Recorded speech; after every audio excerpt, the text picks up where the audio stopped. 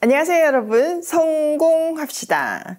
우리는 누구나 향기 나는 삶을 살고 싶어 하잖아요. 오늘 어떻게 하면 그 향기로운 삶을 살 수 있는지 그 메시지가 본문 안에 들어있어요. 오늘 본문은요, 성별하는 향유와 또 그 향품에 대한 이야기거든요. 자, 한번 들어가 보도록 할게요.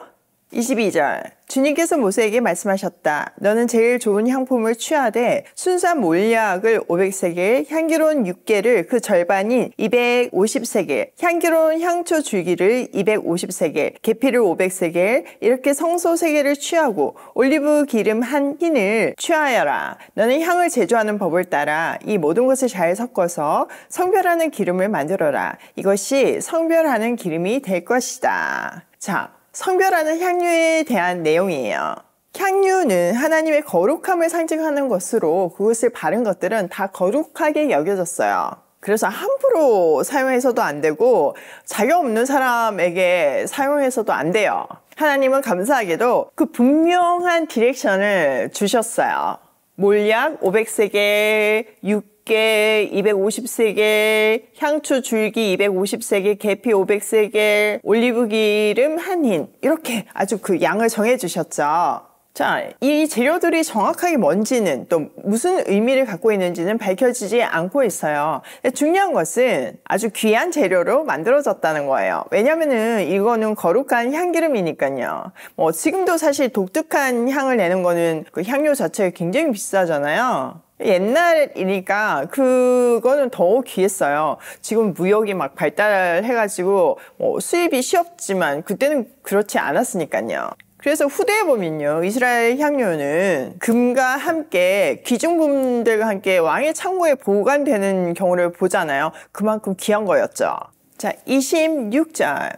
너는 이것을 회막과 증거 궤에 바르고 상가 그 모든 기구와 등잔대와 그 기구와 분향단과 번제단과 그 모든 기구와 물두멍과 그 받침을 발라서 이 모든 것을 거룩하게 하여라. 그러면 그것들이 가장 거룩한 것이 되며 거기에 닿는 모든 것이 거룩하게 될 것이다. 자, 하나님이 앞에서 아주 제조 방법을 분명하게 알려주셨잖아요. 그렇게 만들어진 거룩한 향유 사용법이 지금 기록되어 있어요. 성막의 모든 기구들을 발라서 거룩하게 하고 또 제사장에게도 발라서 거룩하게 구별하여 하나님을 섬기게 하라고 했어요. 그렇게 되면 거기에 닿는 모든 것들이 거룩하게 될 거래요. 사실요, 이 향유 자체가 특별하게 거룩한 것이 아니에요. 바르면 거룩해지는 마법의 기능이 숨겨져 있는 것도 아니고요. 거룩한 하나님이 지시한 대로 만든 거니까 거룩해진 거예요. 이 말은요, 우리의 평범한 일상도 하나님이 지시한 대로 또 말씀대로 살 때 거룩해질 수 있다는 의미이죠. 우리는 거룩의 의미를 분명하게 알아야 되는데 새벽기도 열심히 하고 헌금 많이 내고 이거 거룩 아니에요. 물론 거룩의 일부지만 그게 다가 아니에요. 거룩은요, 세상과 분리되고 구별되고 하나님과 하나 되는 거예요. 자, 생명의 근원이신 하나님과 하나 되어서 생명을 살리는 삶을 사는 거, 그게 거룩이죠. 또 하나님의 동력자로 이 세상을 살리며 산다는 거, 그게 우리의 거룩한 일상인 거예요. 생각만 해도 정말 멋지지 않나요? 그런 인생이 가장 복된 인생이고 하나님이 계획하신 정말 그 걸작품의 인생인 거죠. 제가 요즘 그 SNS에 유튜브하고 또 인스타그램에 라이프 스타일을 계속 나누고 있는데요. 자녀 교육이나 제 삶이나 제가 비즈니스 하는 거나 이런 얘기 들으는데 그 안에 하나님이 있으니까요. 그 스토리들이 다 아름답게 변하더라고요. 분명 아름다운 스토리가 아닌데 하나님 안에서 아름답게 다져지고 그 아름다운 스토리가 완성되는 것을 보면서 하나님 안에 있는 삶 자체가 얼마나 큰 축복이고 얼마나 큰 아름다움인지 그리고 그게 찐 행복인지를 다시 한번 생각하게 돼요. 오늘 본문대로라면 정말 향기로운 삶은 말씀대로 살 때 이루어지는 거죠. 자, 31절. 너는 이스라엘 자손에게 이렇게 일러주어라. 이것은 너희가 대대로 성별하는 데 써야 하는 기름이다. 너희는 이것을 아무의 몸에나 부어서는 안 되며 또 그것을 만드는 방법으로 그와 똑같은 것을 만들어서도 안 된다. 이것은 거룩한 것이니 너희가 거룩하게 다뤄야 한다. 그렇게 섞어 그와 똑같은 것을 만들거나 그것을 다른 아무에게나 발라주는 사람은 누구든지 그 백성에게서 끊어질 것이다. 자, 하나님이 굉장히 강력한 경고를 하고 계세요. 이 거룩한 향유는 성전 물건, 그 성소에 있는 것들을 성별하는 데 사용해야 하고 지정된 물품과 지정된 사람에게만 사용해야 한다고 분명하게 말씀하세요.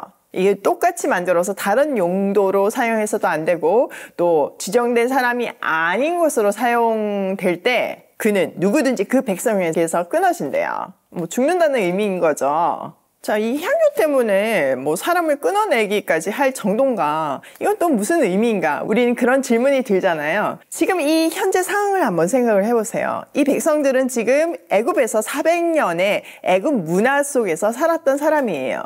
하나님이 그들을 택하셔서 지금 하나님의 백성으로 구속하셨죠.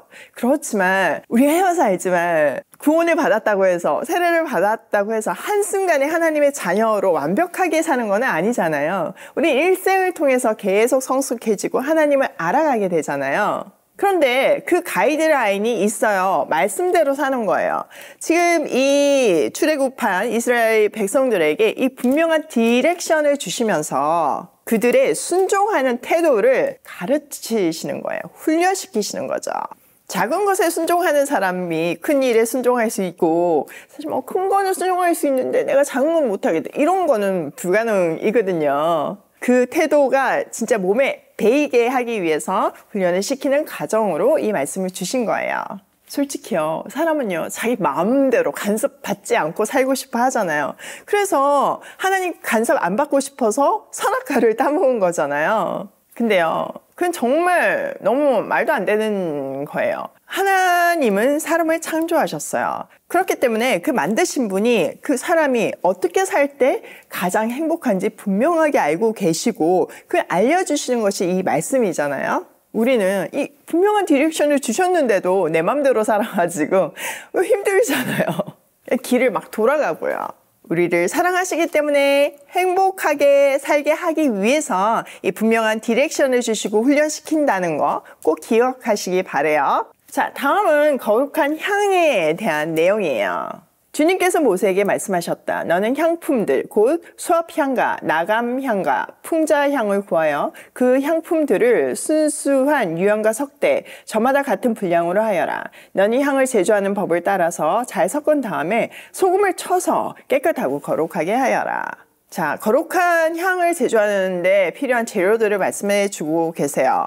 이 가루 향은 같은 분량으로 만들어야 되고 또 유황을 섞어야 되고 방부 역할을 하는 소금을 쳐서 깨끗하고 거룩하게 하래요. 자, 36절. 너는 그 가운데서 일부를 곱게 빻아서 내가 너와 만날 회막안 증거궤 앞에 놓아라. 이것은 너에게 가장 거룩한 것이다. 내가 만들 유황은 주의 것이며 너에게 거룩한 것이다. 너희가 사사로이 쓰려고 같은 방법으로 그것을 만들어서는 안 된다. 그 냄새를 즐기려고 이와 같은 것을 만드는 사람은 누구든지 그 백성에게서 끊어질 것이다. 다시 한번 경고가 나와요. 자, 가루향을 제조한 다음에 일부를 곱게 빻아가지고 회막 안에 있는 증거궤 안에 두래요. 이것은 가장 거룩한 것이래요. 자, 이 내용을 보니까 가루향 또한 지정된 용도로 거룩하게 사용해야 하고 이걸 사적으로 똑같이 만들어가지고 사용하면 백성들에게서 끊어질 거래요. 여러분, 이 공간을 한번 생각을 해보세요. 아름다운 향기가 가득했지 않겠어요? 모든 성소 물건에 이 향유와 향가루가 있으니까 얼마나 향기로운 향기가 났겠어요. 향은 눈에 보이지 않아도 같은 공간에 있는 사람은 다 알잖아요. 하나님은 지성소와 성소가 이렇게 향이 가득하기를 원하셨어요. 왜요? 우리가 이런 향기로운 삶을 살기를 원하니까요. 자, 회막 문 앞에서는 제물이 죽임을 당하고 있었잖아요. 그러니까 피비린내가 진동을 했어요. 아름다운 광경이 전혀 아니었어요. 그런데 그 대속의 죽음을 통해서 성소 안에 들어갔을 때는 향기 그 자체인 거예요. 그러니까 우리의 삶이 그리스도의 대속의 죽음을 통과했을 때 이런 아름다운 삶을 살아야 한다는 것을 지금 이걸 그냥 경험시키는 거죠. 사실 우리는요, 세상의 관점으로 보면, 또 세상 속에서 보면, 세상 얼마나 커요. 우리는 너무 미미한 존재잖아요. 눈에 안 보일 수도 있고, 눈에 띄지 않을 수도 있어요. 그런데요, 우리가 있는 곳에는요, 이렇게 향기가 나와가지고, 그 존재감이 분명하게 느껴지는 것이 정상이에요. 우리의 삶에는 그리스도의 향내가 진동하게끔 지음을 받았으니까요. 그렇게 선택을 받았고, 그렇게 하나님이 우리를 이끄시니까요. 그러니까 내가 가는 곳마다요, 향기가 진동해야 돼요. 어떤 향기? 그리스도의 향기요. 그리고 내가 가는 곳마다 그곳이 아무리 어둡다고 할지라도 빛이 발산이 돼야 돼요. 왜요? 빛이신 그리스도께서 내 안에 계시니까요. 이게 어떻게 하면 가능할까요? 말씀대로, 주신 디렉션대로 살 때 이것이 가능해요. 그리스도의 아름다운 향기가 우리의 성품이 되고 우리의 삶이 되고 우리의 습관이 되기까지 우리는 끊임없이 순종을 하면서 훈련해야 하는 거죠. 자, 오늘 내용을 우리 삶에 한번 적용을 해보면 첫 번째, 거룩한 하나님의 지시라 거룩하다. 그러면 매직이 아니고요.